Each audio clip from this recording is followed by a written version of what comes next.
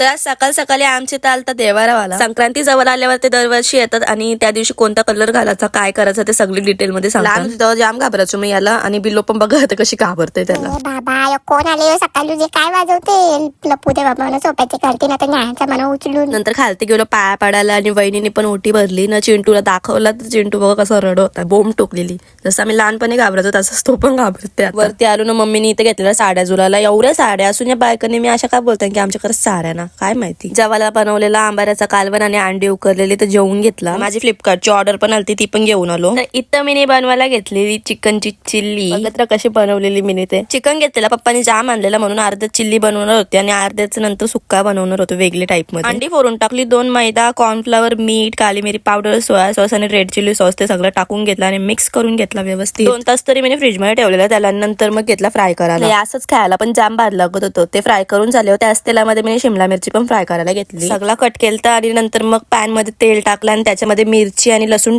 कापून घेतलेला तो टाकला.